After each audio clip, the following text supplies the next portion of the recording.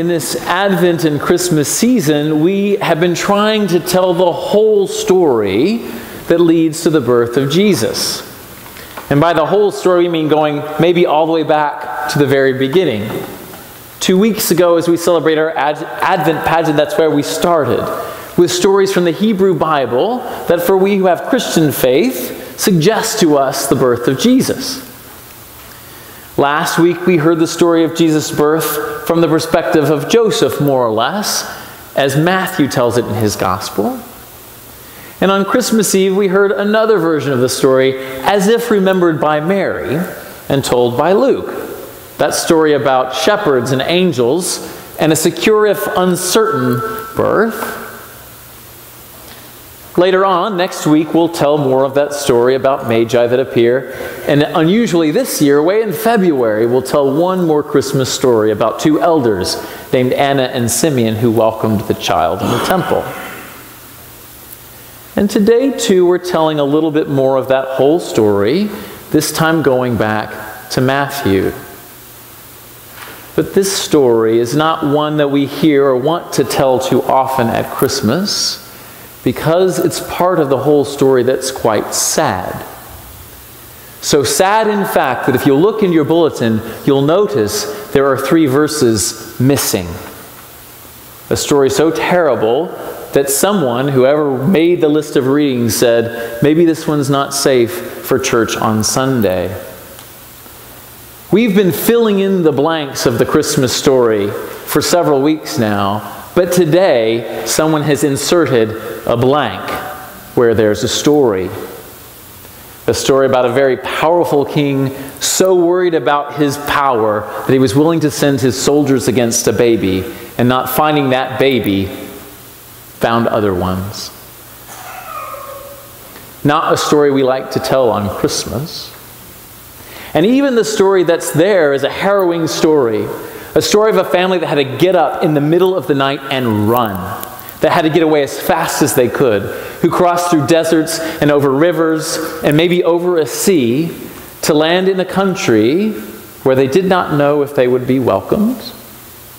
In a country where they likely did not speak the language that most everyone else spoke.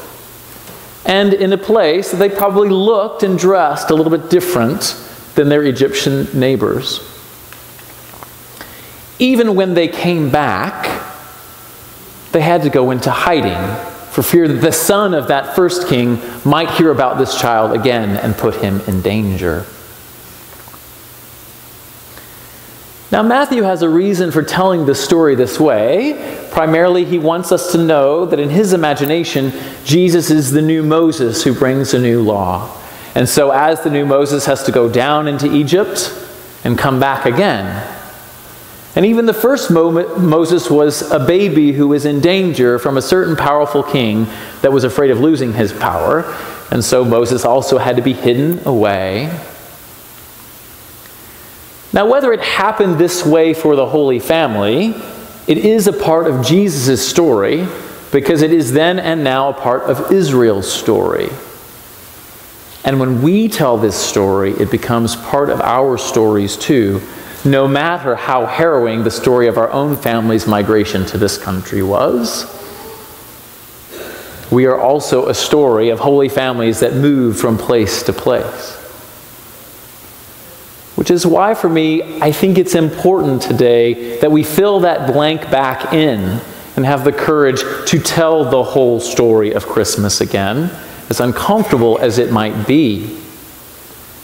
Because we know that all over this world there are powerful people who, to hold on to what they have, will do almost anything.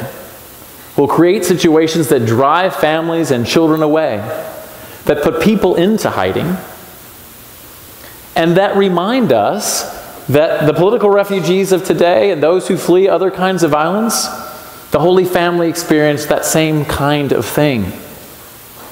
And we who tell the whole story of Jesus know that if we want to find that child, I bet we're not going to go looking among those powerful people, even though we also know that God loves them as well. But as we tell this whole story and fill in that blank, we must tell the story of a holy family that flees because of climate change or economic uncertainty or violence in their home country. We can discuss, as we should, our response as Christians to people in this kind of need and to other people around us of goodwill. We can talk about the best ways to respond as people who tell the whole story of Christmas. But what we cannot do is fail to tell that whole story, the story of where we might find Jesus now, any more than we can refuse to tell our own stories of difficulty, because we know there we might find God as well. The mystery we celebrate at Christmas is that God became a human being, soup to nuts, the good and the bad and the ugly, and every place in between. That's the whole story of Christmas. And if we want to find Christ in all the places where we might find him, it would be always in telling that whole story and recognizing the Christ wherever he may appear.